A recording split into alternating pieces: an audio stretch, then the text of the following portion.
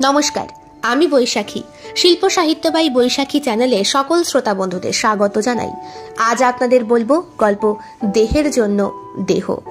আজকের গল্প পাঠ এবং গল্প লেখনীতে আমি বৈশাখী বিশ্বাস দেবনাথ। আজকের গল্পটি কঠোরভাবে প্রাপ্তবয়স্ক এবং প্রাপ্তমনস্ক শ্রোতা বন্ধুদের উদ্দেশ্যে। প্রথম থেকে শেষ পর্যন্ত শুনবেন। ভালো লাগলে অবশ্যই লাইক করবেন, কমেন্ট করবেন, শেয়ার করবেন এবং আপনাদের প্রিয় চ্যানেল শিল্প সাহিত্যবাহী বৈশাখী সাবস্ক্রাইব করে বেল বাটন প্রেস করে পাশে থাকতে একদম ভুলবেন না বন্ধুরা। শিল্প সাহিত্যবাহী বৈশাখী এখন চলে এসেছে ইউটিউব মিউজিক পডকাস্টে।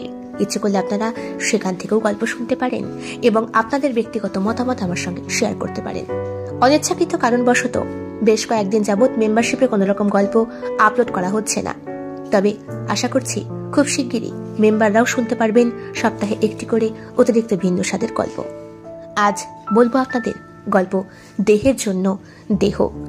গল্প পাঠে এবং গল্প লেখনীতে আমি বৈশাখী বিশ্বাস দেবনাথ। আজকের গল্পটি কঠোরভাবে প্রাপ্তবয়স্ক এবং প্রাপ্তমনস্ক শ্রোতা বন্ধুদের উদ্দেশ্যে। স্বামীর উষ্ণ বুকে মুখটা ঠুসে শুয়েছিল রক্তিমা। ছাড়ো না, মুখ দিচ্ছ কেন? আমার বিরক্তি লাগে। স্বামী অনিমেষ সোনার পাত্র নয়। রক্তিমা বারবার বারণ করা সত্ত্বেও স্ত্রীর উষ্ণ গহ্বরের পিচ্ছিল রসে জিভের লেহনে বারবার আস্বাদিত সেই স্বাদ অনাস্বাদিত কণ্ঠে গ্রহণ করতে করতে অনিমেষ বলে, এটা কি জিনিস? না পান করলে এই সুধা তুমি বুঝবে না রক্তিমা। তোরই আমার খেতে বয়েই গেছে, তোমাকে বলেছি না মুখ দেবে না, আমার বিরক্তি লাগে। তোমার বিরক্তি লাগলে কি হবে? আমার তো ভালো লাগে। আফটার অল বিছানায় দুইজনেই যদি স্যাটিসফাই না থাকি তাহলে সঙ্গম পূর্ণ হয় কি করে বলো? তুমি কি যে করো না, রাত দুপুরে ঘুমের ঘরে শুরু করে দাও হঠাৎ করে। ভালো লাগে না। আমার ঘুম পুরো না হলে সকালে আমি কাজ করতে পারি না, মাথা যন্ত্রণা করে। মাথা ব্যথা করে? আমায় আগে ডাকবে তো, আমি শ্রুত করে স্কুটিটা নিয়ে চলে আসবো তোমার কাছে। এসে কি করবে? তোমার মাথা ব্যথা সারিয়ে দেবো। হ্যাঁ, মাথা টেপার ছলে তোমার হাত দুটো যে কোথায় কোথায় গিয়ে আটকে যাবে, আমার থেকে ভালো তোমায় আর কে চেনে বলো তো? একদম ঠিক বলেছ, একদম ঠিক। তোমার থেকে বেশি আমাকে আর কেউ চেনে না। তুমি আমার অগ্নি সাক্ষী করে বিয়ে করা স্ত্রী। 7 জন্মের জন্যে তোমার আমার বন্ধন অটুট। তুমি ছাড়া আমাকে এত গভীরভাবে কে চিনবে বলো তো? কিছু করো। স্ত্রীর উষ্ণ গহ্বরে রসস্বাদনের স্বাদ সেই গাঢ় আঠালো বস্তুর রস আস্বাদন করছে অনিমেষ। জিভের লেহন ক্রমাগত উত্তপ্ত করছে বিছানায় শুয়ে থাকা ওর ভালোবাসার মানুষটিকে, রক্তিমাকে। তপ্ত উষ্ণ গহ্বরে যেভাবে ভূমিকম্পের আগে প্রবল লাভা উদ্গীরণ হয়, ঠিক সেইভাবে নিজের শরীরের যাবতীয় ধারা বারবার বহিঃপ্রকাশ করতে করতে একসময় রক্তিমার দেহটা কেমন যেন উষ্ণ হয়ে ওঠে। আর এতটাই উষ্ণ হয়ে ওঠে যেই উষ্ণতা এই জিভের লেহনে কোনো মতেই কমবে না। এই উষ্ণতা কমানোর জন্যে এখন অনিমেষের প্রগাঢ় ভালোবাসার প্রয়োজন, আর প্রয়োজন অনিমেষের পুরুষসত্তার উপস্থিতির। তার লেহন, তার জ্বলন এবং তার বারবার ভেতরে ওঠানামা থামাতে পারে রক্তিমার শরীরের উষ্ণতায় ভরে যাওয়া এই অদ্ভুত কম্পমান শরীরটাকে। একটা সময় রক্তিমা বিরক্ত হয়ে বলে ওঠে, নাও এবার ছাড়ো, সকাল হয়ে গেছে, উঠি, বাসি কাজ সব পড়ে রয়েছে। আর একটু শুয়ে থাকো না, তোমাকে ধরে না শুলে আমার ভালো ঘুম হয় না। খুব ঘুম হয়েছে মশাই, ধরে শোয়া আর শুধু বাহানা করা, শুধু ছুকছুক করা না। হ্যাঁ, আমি তো বিড়াল, আর বিড়াল তো কি খেতে ভালোবাসে জানো তো? কি খেতে? বিড়াল তো মাছ খেতে পছন্দ করে। মাছ আর কি? তুমি না, তাহলে বিড়াল চেটে চেটে খায়। দেখোনি বাটি ভরে যখন ওই সাদা তরল বিড়ালের সামনে দেওয়া হয়, দুধ। বেলা 8টা মেরো না, ছাড়ো, সবাই উঠে পড়েছে। পাশের বাড়ির বাচ্চা কাচ্চাগুলো চিৎকার করছে। ছাড়ো। উঠবে? উঠি। তুমি আবার কাজে যাবে না? তোমার খাবার করতে হবে না? কি খেয়ে যাবে?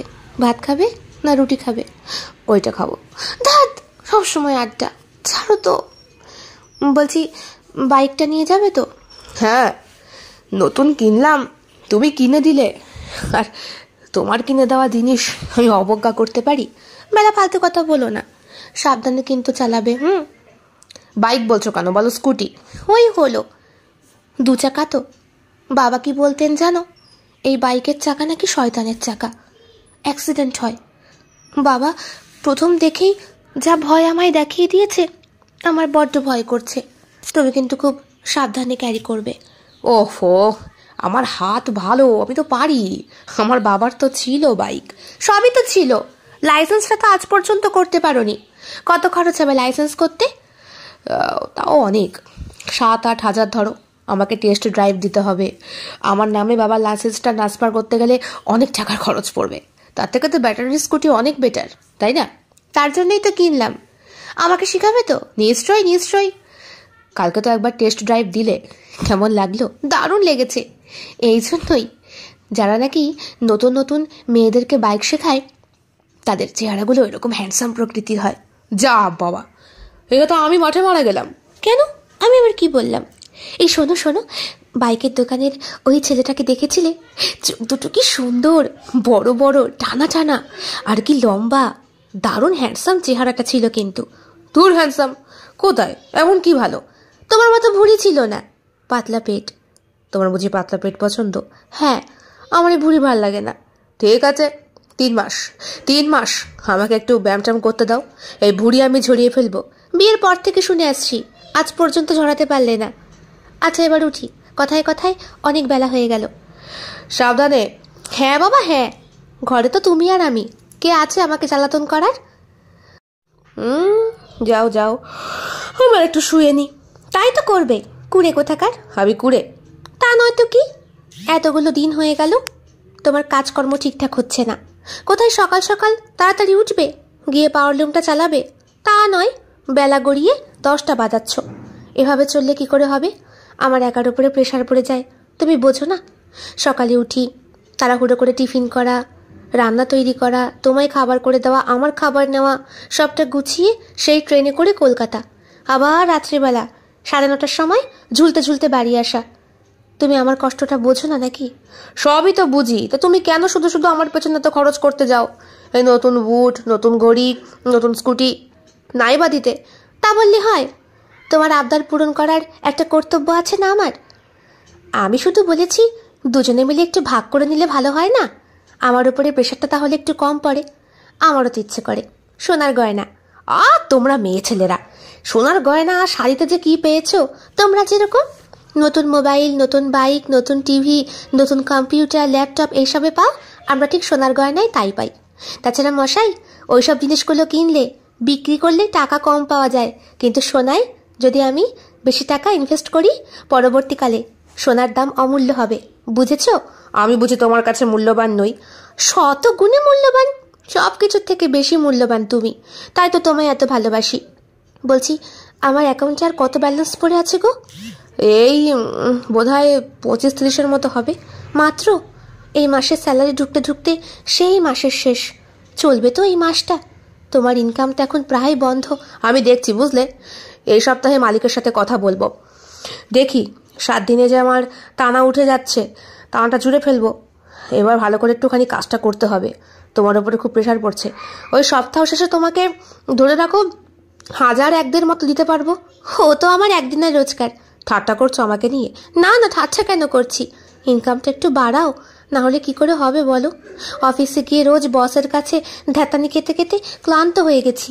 এখন যা কিছু করছি নিজের থেকে করছি। আমি বুঝতে পেরেছি অন্যেরটা নকল করা একদমই উচিত নয়, আর নকল করলেই একটা বিপদের ভয় লেগেই থাকে। তাই বস বললেন, তোমার কাছে এই সুযোগ, নিজেকে শুধরে নাও, তোমার নিজের মতো প্রজেক্ট তৈরি করো।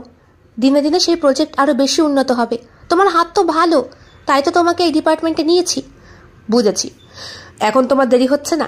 হ্যাঁ গো, ইস কত বেলা হয়ে গেল।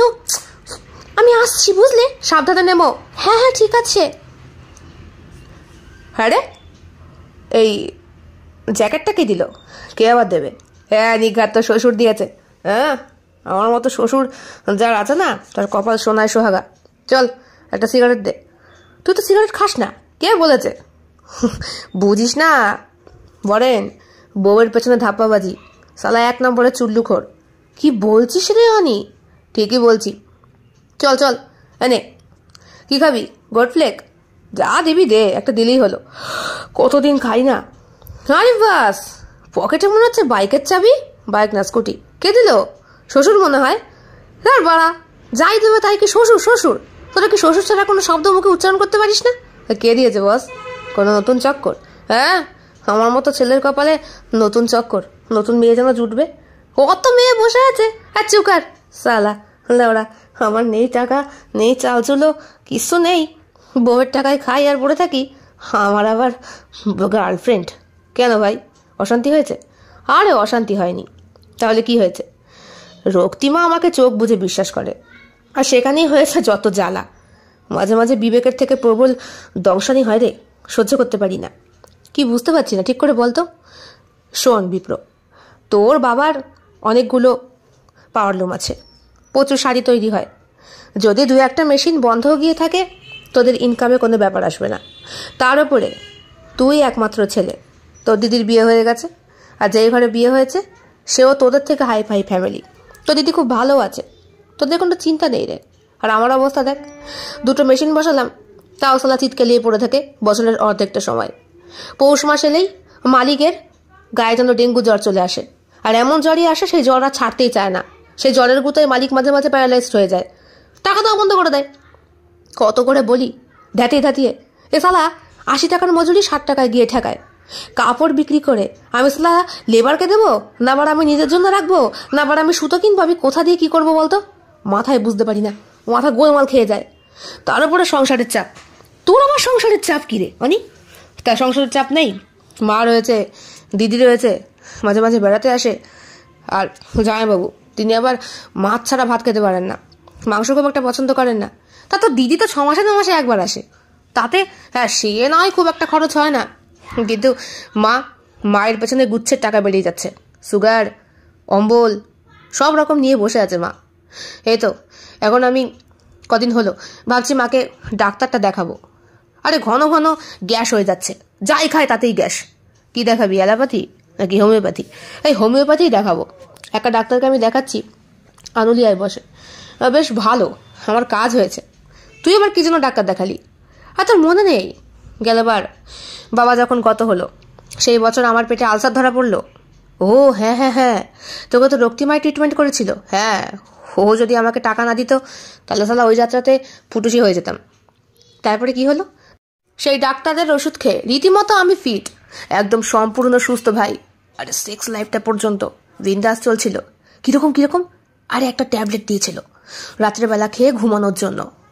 সেই ট্যাবলেটের গুঁতোয় ঘুম তো ঘুম, শরীর স্বাস্থ্য ভালো হলো, আর তার সাথে সাথে রক্তিমা তো বিছানায় পাগল হয়ে যেত। আমি সালা নিজের দমই ফেলতে পারতাম না। আরে শেষ পর্যন্ত আমার তো একটা কনফিউশন হয়ে গিয়েছিল। কিরম কনফিউশন ভাই? শোন শোন, এসব কথা জুড়ে বলা যায় না। কনফিউশনটা হলো এমন, সালা আমার মাল পড়তোই না। তারপর আরে সে বলিস না, সে যতই আমি আমার টাট্টু ঘোড়া যত স্পিডেই চালাই না কেন, কিচ্ছুতেই সালা কন্ট্রোল হয় না, কিচ্ছুতেই কন্ট্রোল হয় না। আর একে রক্তিমতো হাপিতেশ করে মারে, বলে আমি আর পারছি না, এবার ছাড়ো। আর আমার তো সালা না বেরোনো অব্দি ছাড়তেও পারি না। এই তারপর তারপর তারপর কি, ওষুধও কমপ্লিট, আর আমার সব কিছু গোল্লায় চলে গেল। এমন হয় নাকি? হয় হয়, কিছু কিছু ওষুধের সাইড এফেক্ট হয়। তো এখন কেমন চলছে? এখনও চলছে, ইচ্ছে না থাকলেও সঙ্গ দিতে হয়। কেন বুঝিস না? মেয়েটাকে ধরে রাখতে হবে তো। আমি তো কিছুই দিতে পারি না, টাকা পয়সা, ওর হাত খরচটা পর্যন্ত না। ওর ওপর আমি এখন সম্পূর্ণ নির্ভরশীল। কিছু দিয়ে তো ওকে আটকে রাখতে হবে। তোর মুখ থেকে এসব কথা ভাবাই যায় না অনি। তুই পছন্দ করে ওকে বিয়ে করেছিলি, আমাদেরকে খাওয়ালি না পর্যন্ত। সালা বন্ধুর লিস্ট থেকে আমাদেরকে আউট করে দিলি লাউড়া, আর তুই এখন এসব কথা বলছিস? কি বলবো ভাই, যখন বিয়ে করলাম তখন আমার বাড়ির অবস্থা কিরকম ছিল বল? বাবার ব্যবসা ছিল, মা টুকটাক কাজ করতো, আমারও তো পাওয়ারলুমটা ভালোই চলছিল। তারপর সালাই লকডাউনের পরে কপালটাই পুরো খারাপ। সব কিছু কেমন যেন ওলট পালট হয়ে যায়। রক্তিমাকে ভালোবাসি না তা না, খুব ভালোবাসি, এখনও ভালোবাসি, কিন্তু মনের মধ্যে একটা ভয় কাজ করে। ও তো এখন স্বাধীন রে, বলা যায় না কোন দিন আমার ভালোবাসার খাঁচা থেকে ফুরুত করে যদি বেরিয়ে যায়, তাই না হীনমন্যতায় ভুগি। ওকে ছাড়া আমার আর চলবে না রে, বিশ্বাস কর।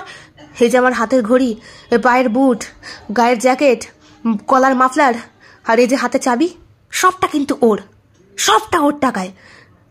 আবার কোনো কোনো সময় আমি যদি বলি তোমার টাকায়, ও আবার মুখ ভার করে, অভিমান করে, বলে আমার টাকা তোমার টাকা নয়।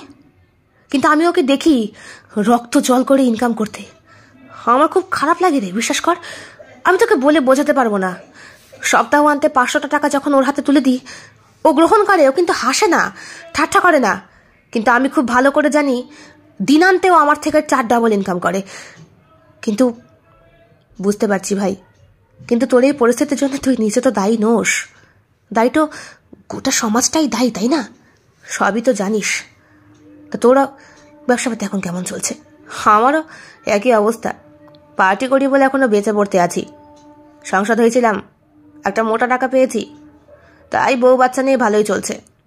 আর বাবা রেখে গেছে তো, আমার ভাই চিন্তা করতে হবে না। বলেন তোর? হ্যাঁ আমারও তো ভাই, পেট্রোলের ব্যবসা ভালোই চলছে। ভাইটাও চাকরি পেয়ে গেছে। এখন বাবা মার দায়িত্ব ভবিষ্যতে কে নেবে, তাই নিয়ে ভাইয়ের সাথে আমার একটা ক্যাচাল বাঁধবেই বাঁধবে। এ দেখ, এখন ভাই আর আমি দুজনে মিলে ঠিক আছি, কারোর মধ্যে কোনো ঝগড়া নেই, অশান্তি নেই। এই তো ভাই কদিন আগে 2খানা জ্যাকেট পেয়েছিল ওই চাকরির ওখান থেকেই, একটা নিজে নিয়েছে, একটা আমাকে দিয়ে গেছে। আমার এই ভাইকে সেই ভাই থাকবে যখন বউ আসবে? এসলা পাল্টি খাবেই খাবে, পাল্টি খেতে হবে, পাল্টি খেতে হবে। তুই বল আর আমি বলি, যেই বলুক না কেন। কি বলতো ভাই, শুধু মনের মধ্যে শুধু একটাই ইচ্ছে আমার, বউ দুটো যেন খুব ভালো হয়, রক্তিমার মতো হয়, চোখ বুঝে যেন বিশ্বাস করতে পারি। এই শোন বলেন, রক্তিমা তোর খুব প্রশংসা করে রে। তুই এরকম উঁচু লম্বা হ্যান্ডসাম টাইপের ছেলে, বেশ নায়ক নায়ক লাগে তোকে দেখতে। তোর মতো ছেলে যদি রক্তিমার সঙ্গে বিয়ে করতো না, তাহলে খুব সুন্দর মানাতো। কি যে বলিস, কোথায় রক্তিমা আর কোথায় আমি, আকাশ পাতাল পার্থক্য। চাকরিওয়ালা ঘরের মেয়েকে তুই বিয়ে করেছিস, তোকে এত ভালোবাসে, ওর চোখে মুখে কোনো সময় আমাদের প্রতি কোনো রকম দুর্বলতা দেখতে পাই না। ওর চোখ দুটো তোর দিকে তাকালে যেরকম আভাস, আমার দিকে ঠিক অন্যরকম রে। মানে বুঝেছি, চোখের ভাষা, তাই তো? তোর সাইকোলজি কাজ দিচ্ছে। লজ্জা দিতিস কেন? তোর মামনের খবর কি? হাসালি ভাই তোরা, এমন কথা বলছিস, মামনের খবর জানিস না? কবে বিয়ে করে বাকি ফুরুত হয়ে গেছে, এই ভয়টাই আমি পাই বলেন। আর সেই জন্যই না নিজের শরীরটাকে জ্বালিয়ে পুড়িয়ে হলেও আমি রক্তিমাকে ধরে রাখার চেষ্টা করি। কিন্তু ভাই অনি, দেহ দিয়ে দেহকে কতদিন ধরে রাখবি? একদিন না একদিন তো দেহের ক্ষুধা মিটবে, ততদিন রক্তিমার বয়স হয়ে যাবে, আর আমারও। ভুল বললি, ভুল। তখন যদি ও বোঝে ও সারা জীবন তোর সঙ্গে থেকে থেকে লাইফটাকে হেল করে ফেলেছে, যদি খোরপোশ চায়, কোত্থেকে দিবি? চুপ করে থাকে অনি, একটা কথাও বলে না। হাতের সিগারেট অনেকক্ষণ আগেই শেষ হয়ে গেছে। দুই বন্ধুরাও একে একে বিদায় নিয়েছে, যে যার গন্তব্যে। অনির মাথায় শীতের বৃষ্টির ফোঁটা পড়ছে টুপটুপ করে। ক্লাস 11-এ যখন অনি পড়াশোনা করত, তখন কত আশা নিয়ে অনি স্কুলে যেত। বরাবরই ওর ইচ্ছে ছিল টেকনিক্যাল লাইনে পড়াশোনা করা। ইংলিশ সাবজেক্টটাকে বরাবর খুব ভালো লাগতো। কিন্তু মানুষ ভাবে এক, হয় আর এক, আর পরিস্থিতি আর সময় মানুষকে বিভিন্ন রকমভাবে শেখায়। ওর বাবার আর্থিক পরিস্থিতির জন্যেই অনি আজ কিচ্ছু শিখতে পারেনি। এখনকার ছেলে মেয়েরা পড়াশোনা শেখার সঙ্গে সঙ্গে প্রত্যেকেই কিছু না কিছুর সঙ্গে জড়িত। নাচ, গান, আঁকা তো কমন ব্যাপার, ক্যারাটে, সুইমিং, সাইকেলিং, আরও কত কি। কিন্তু অনি একাকী বড় হয়েছে। ওর একটা দিদি আছে, দিদির কপালটাও ঠিক সেম, কেউই কিছু শিখতে পারেনি। তাই যখন রক্তিমা নিজের হাতের আঁকা ছবিগুলো অনিকে দেখায়, ওর ভালোও লাগে, আবার কোথায় যেন একটা ঈর্ষাও কাজ করে। কিন্তু সেটা কোনোভাবেই রক্তিমাকে ও বুঝতে দেয় না। এই যে রক্তিমা মন খারাপ করলে সে তারটা নিয়ে বসে গুনগুন করে গান গায়, অনির শুনতে খুব ভালো লাগে। আবার কোথায় যেন নিজের ভাগ্যকেও দায়ী করে। ছোট ছোট অল্প বয়সী ছেলেরা, ওর জ্ঞাতি গোষ্ঠীর ভাইয়েরা সব আইআইটি কমপ্লিট করে, কেউ বা IBPS কমপ্লিট করে, কেউ ব্যাংকে, কেউ বা কোর্টে, কেউ বা রেলের চাকরি করছে। আর ও পাওয়ার লুমে বসে বসে সুতো ঘোরাচ্ছে আর কাপড় বুনছে। এখনকার বাজারে শাড়ি খুব একটা আর চলছে না, কারণ শাড়ি সায়া ব্লাউজের থেকে নাইটিটাই হয়ে গেছে প্রত্যেকটা বাড়ির জাতীয় পোশাকের মতো। একটা সময় এমন হবে ভারতবর্ষ, বিশেষত পশ্চিমবঙ্গে, প্রত্যেকটা ঘরের নারী হয়তো এই নাইটি পরেই দেখা যাবে স্কুটি চালাচ্ছে, কিংবা নাইটি পরেই ছেলে মেয়েকে স্কুলে দিয়ে আসছে, বা কলেজ যাচ্ছে, বা স্কুলে যাচ্ছে পড়াশোনা করাতে। নাইটিটা এমনভাবেই ছেয়ে গেছে। মাঝে মাঝে তো অনির ভয় হয় এই মেশিন দুটো পরবর্তীকালে বিক্রি করতে না হয়। মালিকের আর্থিক অবস্থা যা দুর্বল, একেবারে শুইয়ে পড়েন পৌষ মাস এলে, আর তখনই অনির মনে হাজার রকম টানা পোড়েন শুরু হয়। একটা সময় বউয়ের কাছ থেকে হাত পেতে টাকা চাইতে অথবা মুখ ফুটে কিছু বলতে খুব মানসম্মানে বাধ্য। কিন্তু এখন অনির মানসিক অবস্থা এমন হয়েছে, নিজে এতটাই আর্থিক দিক থেকে দুর্বল হয়ে পড়েছে যে স্ত্রীর কাছে ওটা না শেয়ার করলে ওর শরীরের মধ্যে প্রবল অস্বস্তি কাজ করে, ওর ভালো লাগে না। রক্তিমাকে প্রথম যখন দেখতে গিয়েছিল সম্বন্ধ নিয়ে, এক দেখাতেই পছন্দ হয়ে গিয়েছিল। রক্তিমা তখনও চাকরিটা কিন্তু করতো না। বিয়ের পর রক্তিমা চাকরিটা পায়। প্রথম প্রথম মাইনে ছিল মাত্র 15,000 টাকা, যেই টাকায় হয়তো সংসারের ভাত ফোটার জলটাও ঠিকঠাক গরম হবে না। মাছের ঝোল ভাতের সংসার দিনান্তে প্রত্যেক দিন 300 থেকে 350 টাকার উপরে লেগে যায় 4টে মানুষের পেট চালানোর জন্য। এবার চাল ডাল তেল নুন মশলাপাতি, ইলেকট্রিক বিল, গ্যাস খরচ, আরো কত কি লাগে সংসার করতে গেলে। তখন দুইজনে মিলে হেসে খেলে বেশ চালিয়ে নিত। রক্তিমার বাবা চাকুরি করতেন, বিয়ের সময় বেশ মোটা টাকা মেয়ের নামে দিয়েছেন, কারণ জামাই হাত পেতে কিছুই চায়নি, তাই উনিও দেননি ওই সোনার আংটি আর গলার সোনার চেন ছাড়া। রক্তিমা স্পষ্ট জানিয়ে দিয়েছে বাবা মার সম্পত্তির ওপরে ওর কোনো প্রলোভন নেই, ওর স্বামীর যা ওর নিজেরও ঠিক তাই থাকবে। একদিকে কথাটা খুব ভালো হলেও কোথায় যেন বেঁধে অনির মনে। ওর নিজের পৈতৃক ভিটে বলতে তো সেই রকম পাকাপোক্ত কিছুই নেই। পাওয়ার লুমের জমি এই সামান্যটুকুই আছে, বেচলে আর কত টাকাই বা হবে। আর এটাও যদি বেচে দেয় তাহলে মাথা গোজার ঠাঁই আর কোথায় থাকলো। বাবাটাও হঠাৎ করে চলে গেল মাত্র 7 দিনের মধ্যেই, বয়স না হতেই। এখন মাটা বেঁচে আছে, আর এই মাকে নিয়ে হয়েছে অনির যত জ্বালা। বাড়িতে একা রেখেও আসতে পারে না, আবার ফ্ল্যাটে রক্তিমাকেও একা রাখতে পারে না। শ্বশুর মশাইয়ের উপহার দেওয়া বিয়ের পরের এই ফ্ল্যাট রক্তিমা আর অনির জন্য, ওরাই থাকে। মাকে অনেকবার বলা সত্ত্বেও উনি এসে থাকতে রাজি নন। উনি বলেন, না রে বাবা, তোর বাবার এই ভিটে বাড়ি ছেড়ে আমি কোথাও গিয়ে শান্তিতে থাকতে পারবো না। তুই বুঝবি না, হে হলো পরম শান্তির জায়গা। বিয়ের পরে তোর বাবা আমাকে এখানেই এনে উঠিয়েছিল। তোর বাবার চিতা উঠেছে যেখান থেকে, সেখান থেকে আমারও উঠবে। তাই মুখের ওপরে অনিও কিছু বলতে পারে না। এখন পরিস্থিতি এমন হয়েছে, রক্তিমা ছাড়া অনি একেবারেই নিঃস্ব।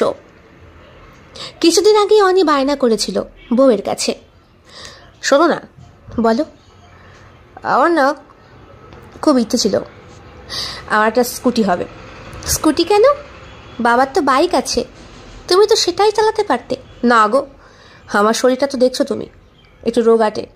হ্যাঁ, ভুজিটাই সার, দেখতে কেমন রিগেট রুগীর মতো লাগে। ঠাট্টা করছো? ঠাট্টা করছি না, সত্যি বিটকেল লাগে, চেহারা রোগা আর পেটটা ওরকম। তোমার পেটে আলসার হয়েছিল বলেই মনে হয় পেটটা ওরকম ভুঁড়ি হয়ে গেছে। কমাতে পারো তো। কতদিন বলেছি একটু ব্যায়াম ট্যায়াম করো, আমার কথাই শোনো না। আমাকে দেখছো, আজ বিয়ের কতগুলো বসন্ত পার হয়ে গেছে, তাও চেহারাটা কত সুন্দর। আমার বন্ধু বান্ধবী যেই আমাকে দেখে সেই বলে তুই পারলি একমাত্র এত সুন্দর ফিট থাকতে চেহারার দিক থেকে। আমাদের দেখেছিস তো এক একজন বিয়ে করে কিরকম মোটা ভুঁড়ি আলা হয়ে গেছি, বউগুলো পর্যন্ত তাই, এক একটা যেন সুমো রেসলার। তোমার বুঝি খুব ভালো লাগে শুনতে? লাগবে না, চেহারা ধরে রাখতে হয় মশাই, ধরে রাখতে হয়। তোমার মতো হাঁদা ক্যাবলা হলে মোটেই চলে না। ঠিক আছে, স্কুটির শখ তো, কবে কিনবে বলো? আচ্ছা, আমার ছুটি আছে 26শে জানুয়ারি, সেই দিন কিনি। সেদিন কি দোকান খোলা থাকবে? নিশ্চয়ই খোলা থাকবে, আগে থেকে যোগাযোগ করে নাও। এখন তো কত মাধ্যম আছে, ফেসবুক দেখে নাও, অনেক এন্টারপ্রাইজের ছবি দেখতে পাবে। পছন্দ করো, আমি কিনে দেবো। ইনস্টলমেন্টে নেবে কিন্তু। এক চান্স অতগুলো টাকা খরচ করলে সংসার কি করে চলবে বলো তো? তারপরে প্রত্যেক মাসের একটা খরচ আছে। আচ্ছা, সত্যি বলছো? সত্যি। তোমার যখন ইচ্ছে হয়েছে আমি কিনে দেবো না, কিন্তু একটা শর্ত আছে, আমাকে শিখিয়ে দেবে। টুকটাক একটু বাবার বাড়িতে গেলে যাতে একটু ব্যবহার করতে পারি। সে যেও, কিন্তু মেন রাস্তায় কিন্তু 34-এ তোমায় আমি উঠতে দেবো না। তুমি এমনি সাইকেল পারো না, হাত পা কাঁপবে তোমার। সে দিও না, তখন নয় তুমি নিয়ে যেও সঙ্গে, কিন্তু টুকটাক তো এদিক ওদিক। হ্যাঁ, সে পারবে। ঠিক আছে, দেবক্ষণি, শিখিয়ে। এমন করে বললে দেবক্ষণি যেন কিনে বলবে। বাবার বাইকটা বিক্রি করলেও তো পারো। হ্যাঁ, বিক্রি করব বুঝলে। বাবার বাইকটা বিক্রি করে তোমার যেই ইনস্টলমেন্টটা তুমি কিনবে সেই অ্যাকাউন্টে টাকাটা রেখে দেবো। মোটেই না, বাবার বাইকটা বিক্রি করে প্রদীপ্ত কাকুকে ফোন করবে, করে বলবে ওই টাকাটা তোমার আমার নামে ফিক্সড করতে, নমিনি রাখতে। কাকে রাখবো নমিনি? নমিনি আমার বাবা মাকে কাউকে রেখো, আমাদের তো সন্তানাদি এখন আমরা পৃথিবীতে আনিনি, তারপর তার নামে না হয়। সে নয়, ঠিক আছে, কিন্তু কিন্তু আবার কি বলছি, আমার মায়ের নামে রাখলে ভালো হয় না? তোমার মা? হ্যাঁ, তোমার মাকে নমিনি করলেও আমার কোনো প্রবলেম নেই, রাখতেই পারো।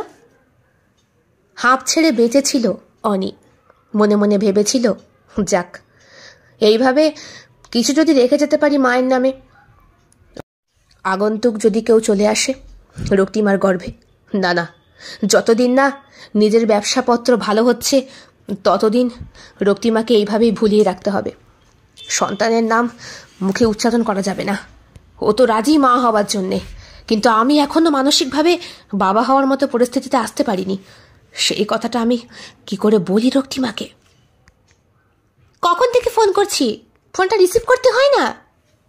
হঠাৎ করে পিছন দিকে তাকিয়ে অবাক হয়ে যায় অনি। তুমি? হ্যাঁ, তোমার বন্ধুদের সঙ্গে দেখা হলো। আমার তো আজকে শনিবার, অফিস তাড়াতাড়ি তো। চলো বাড়ি চলো। বসে রয়েছে, হাতের সিগারেট তো ফুরিয়ে গেল। তুমি না আমায় কথা দিয়েছিলে আলসারের পর তুমি আর সিগারেট খাবে না, কেন খাচ্ছ? আরে বুঝতে পারিনি, সরি। চলো চলো। ও, স্কুটি নিয়ে এসছো? তাহলে আমাকে নিয়ে চলো, ভালোই হলো, পা দুটো ব্যথা হয়ে গেছে হেঁটে আসতে আসতে। তুমি স্টেশন থেকে এত দূর হেঁটে এলে, তাছাড়া কি করব? খুচরো পয়সা নেই, সকালে তুমি চাইলে বললে পকেট ফাঁকা দিয়ে দিলাম, যা আছে 500 নোট, তাও দুটো।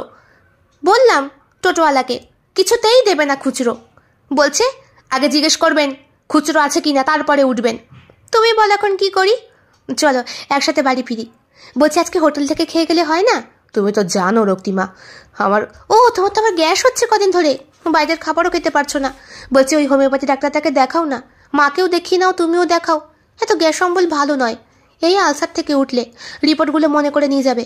এই শোনো, আমি তোমাকে হোয়াটসঅ্যাপ করে দেবো, তোমার কি কি প্রবলেম হচ্ছে সবটা গিয়ে বলবে।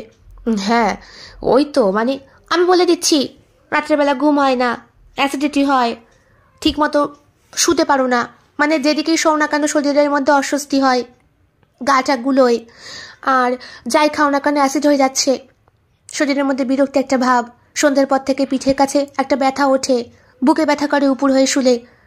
বাবা, তুমি এক কাজ করো, তুমি হোয়াটসঅ্যাপ করে দিও, ওই বাকিটা আমি ডক্টরকে দেখিয়ে নেব, আমার আর কিচ্ছু বলতে হবে না। তুমি আমাকে এতটা চেনো? চিনবো না? আমি ছাড়া তোমাকে কে চিনবে বলো? ঠিক বলেছ, তুমি ছাড়া আমাকে আর কে চিনবে। চলো বাড়ি চলো। বাড়ি এসে দুইজনে মিলে স্নান সেরে নেয় ওরা। আজ আর হোটেলের খাবার নয়। স্নানে যাবার আগে সিদ্ধ ভাত বসিয়ে দিয়েছিল রক্তিমা। স্নান করে আস্তে আস্তে ঠাকুর পুজো দিয়ে উঠতে উঠতে প্রেসার কুকারের সিটিতে সিদ্ধ ভাত তৈরি। আজকে ঘি দিয়ে গরম গরম ডিম সিদ্ধ, আলু সিদ্ধ আর ডাল সিদ্ধ দিয়ে ভাত। বেশ পরিতৃপ্তি করে খেয়ে একটা ঢেঁকুর তুলে অনি বলে, দারুণ খেলাম। এখন কি প্ল্যান? কি প্ল্যান? শরীর ভীষণ টায়ার্ড, একটুখানি শোবো। শোবে? আর কিছু না? তোমার মুখে কি সবসময় ওই ছাড়া কোনো কথা থাকে না? এখন ঘুমোবো। কালকে সারা রাত তুমি আমায় ঘুমোতে দাওনি। ঘুমোনোর তো টাইম সারা রাত পাবে। চলো না আজকে একটু সিনেমা দেখে আসি। সিনেমা যাবে? কটা বাজে এখন? 3:30 বেজে গেছে, একটুও তো রেস্ট পাবো না। তাতে কি হয়েছে? সারা জীবন তো রেস্ট করেই কেটে গেল। চলো সিনেমা দেখে আসি। তাহলে আমি কি পরবো বলো? জিন্স পরো। সত্যি? হ্যাঁ, গত বছর কিনলে একদিনও তো পরোনি। আমি তাহলে তৈরি হইনি। থালা দুটো আমি ধুয়ে রাখছি। তুমি ধুয়ে রাখবে? থ্যাঙ্কস। রক্তিমা চলে যায় হাত ধুয়ে। অনি লক্ষ্মী ছেলের মতো টেবিল মুছে পরিষ্কার করে থালা দুটো ধুয়ে রেখে দেয়। হঠাৎ কেমন যেন মনটা খোঁজ করে ওঠে। রক্তিমাকে যখন সকালবেলা ঘর থেকে বাইরে বেরোতে অনি দেখেছিল, রক্তিমার পরনে তখন ছিল একটা সবুজ লালের শাড়ি। যখন রক্তিমা ফিরল তখন ওর পরনে ছিল একটা সাদা আর নীলের মধ্যে শাড়ি। কিরম হলো ব্যাপারটা? নাকি নিজের চোখের ভুল? ঘরে গিয়ে অনি দেখে রক্তিমা একটা সুন্দর কুর্তি আর জিন্সের প্যান্ট পরে সেজেছে। এই কুর্তিটা কবে কিনলে? এইটা বস কিনে দিয়েছে। বস মানে? আমাদের অফিসের বস, নির্মাল্য বাবু। ওই দিন ওনার মেয়ের জন্মদিন ছিল। আমাকে বলল আমার মেয়ের জন্য একটা সুন্দর জিন্সের প্যান্ট আর টপ পছন্দ করে দাও। আমি বললাম সাইজে তো হবে না স্যার। উনি বললেন তোমার সাইজেই হবে। তাই গেলাম। তোমার সাইজে হবে? কিছু বললে? না না কিছু না। তা তুমি যেটা পছন্দ করে দিলে পছন্দ হয়েছিল? ভীষণ। মেয়ে তো পরের দিন এসে আমাকে কত থ্যাঙ্কস দিল। কেক দিয়ে গেছে। অফিসে বসেই খেয়েছি, তোমার জন্য আনিনি। তোমার তো গ্যাস অম্বল হয়, তাই। ভালোই করেছো। এবার আমি কি পরবো? রেখেছি ওই দেখো। বাহ, ম্যাচিং করে। হ্যাঁ, পরে নাও। আমি একটু টয়লেটে গেলাম। আচ্ছা। শোনো শোনো। কি হলো? এদিকে এসো। কি হয়েছে? দেখতে পায় অনি সাদা রঙের টি শার্ট ভেদ করে কালো রঙের ব্রায়ের ঠিক চারপাশে, অর্থাৎ বুকের ক্লিভেজের মাঝখানটায় লাল হয়ে থাকা একটা দাগ। কিছু না কিছু না, যাও টয়লেটে যাও। কেন, ড্রেসটা অসভ্যের মতো লাগছে? না না ঠিক আছে। গায়ে কিছু পরবে না? শীত পড়েছে। হ্যাঁ, সোয়েটার পরবো বলেই তো ভেতরে কালো ব্রাটা পরলাম। সাদা টপে কালো ব্রা স্পষ্ট বোঝা যায়, আমি জানি, কিন্তু এই ঠান্ডায় তো এরকম পোশাকে যাওয়া যায় না, তাই। ঠিক আছে, পরে নাও। সিনেমা দেখতে বসেও অনেকটা অন্যমনস্ক ছিল অনি। দেখো, ভালো না? কি গো, তুমি দেখছো না? হ্যাঁ হ্যাঁ দেখছি। এরকম অন্যমনস্ক হয়ে আছো?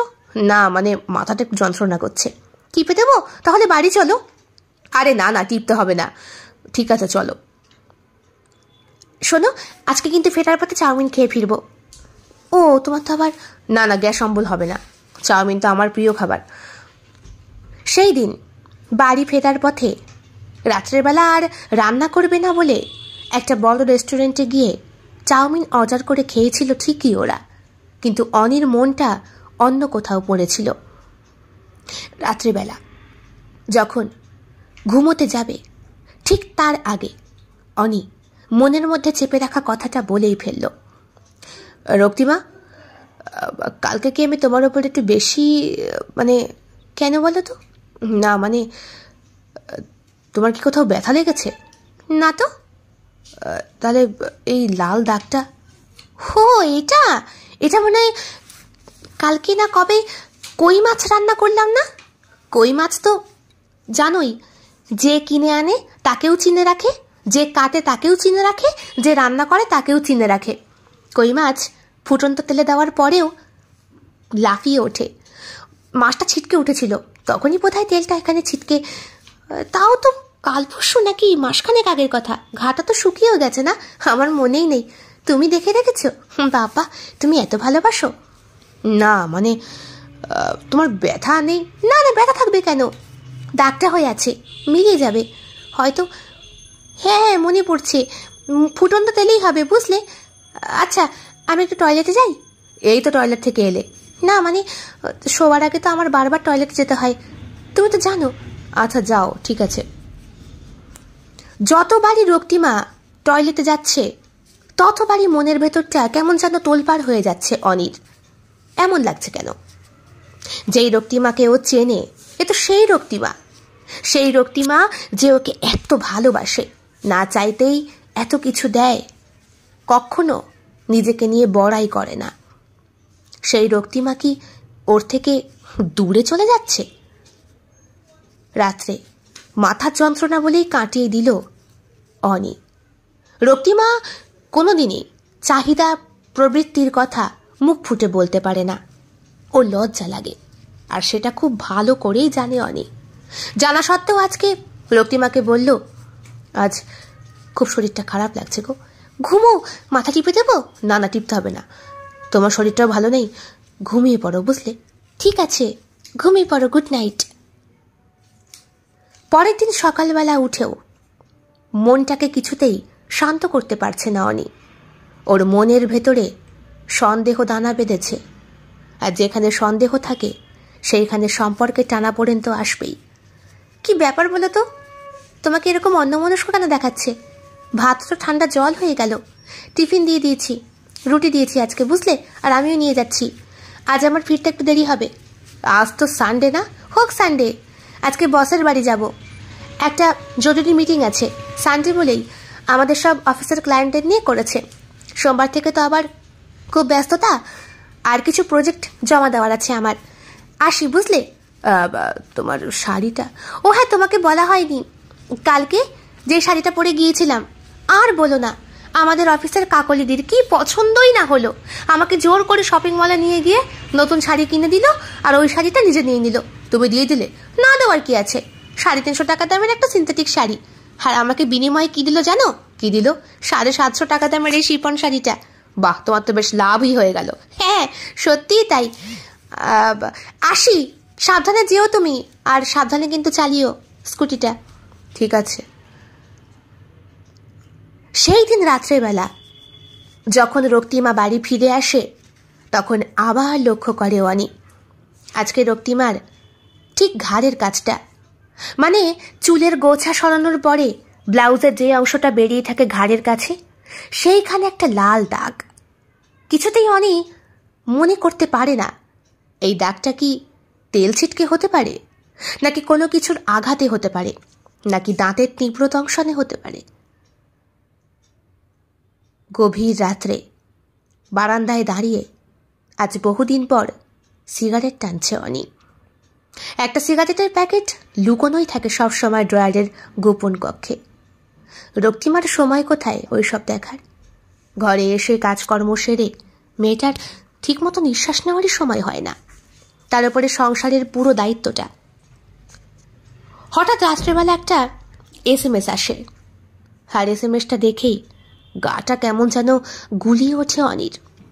অত রাতেও অফিসের বসের SMS, সেখানে স্পষ্ট লেখা রয়েছে, সোমবার হোটেল ব্লু ক্রসে চলে এসো, ঠিক সকাল 8টার মধ্যে আসবে, জরুরি মিটিংটা ওখানেই সেরে নেব।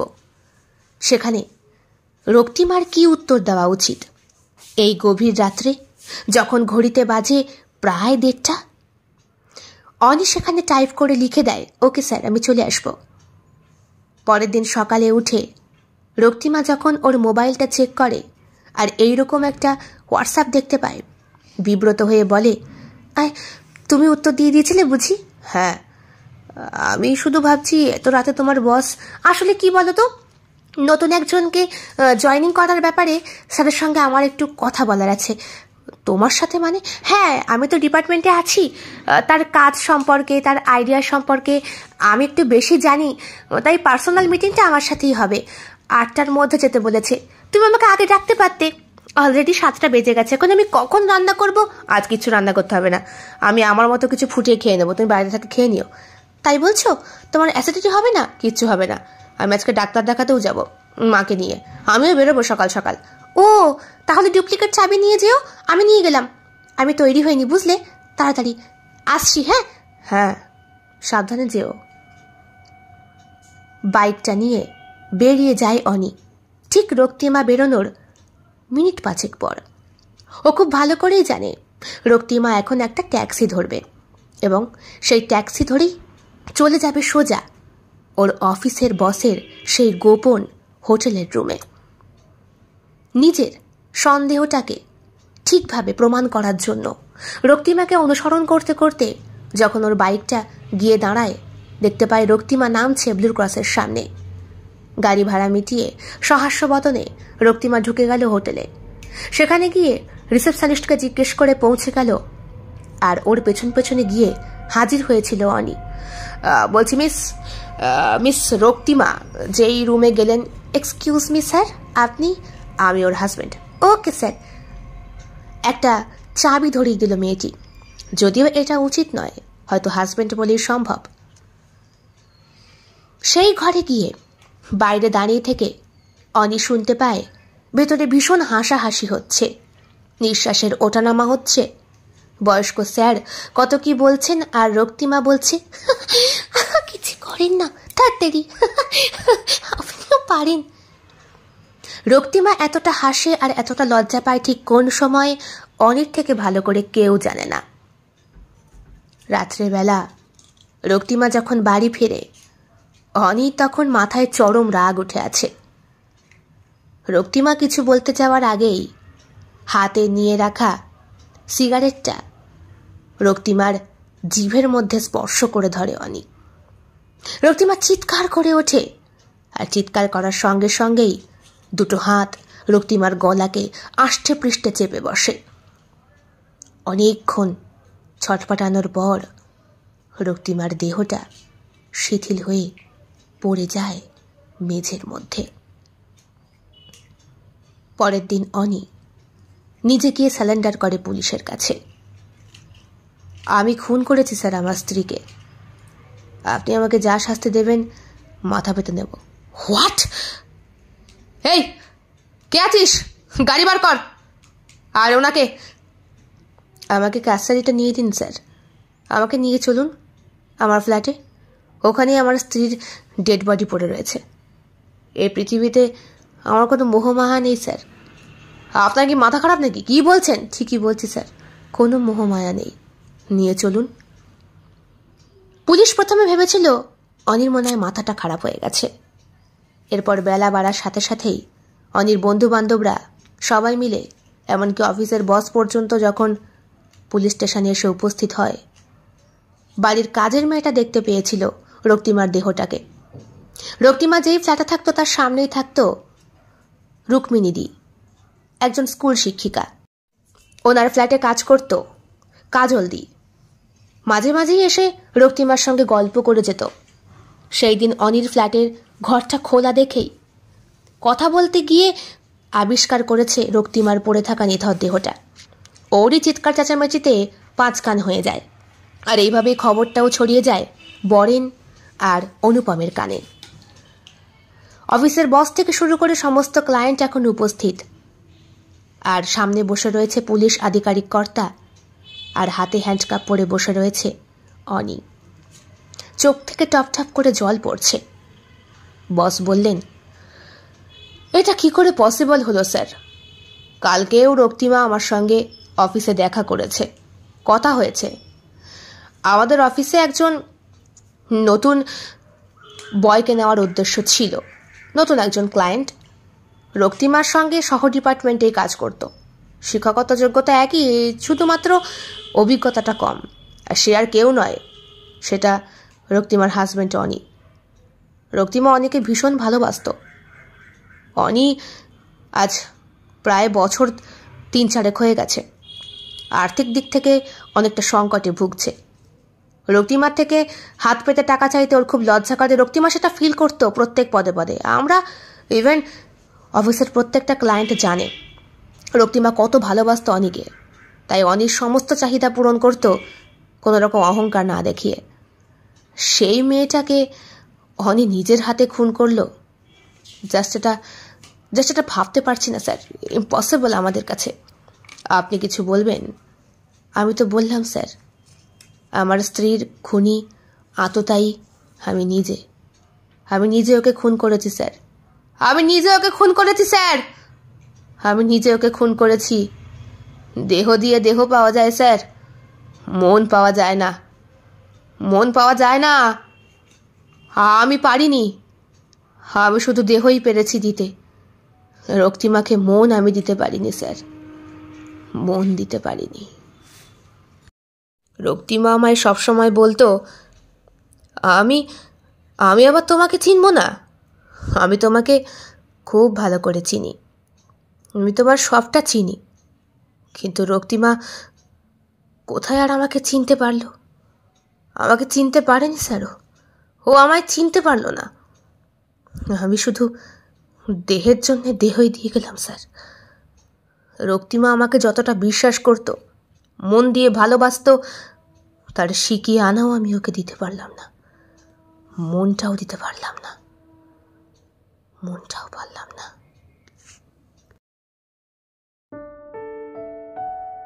কেমন লেগেছে আজকের নিবেদন?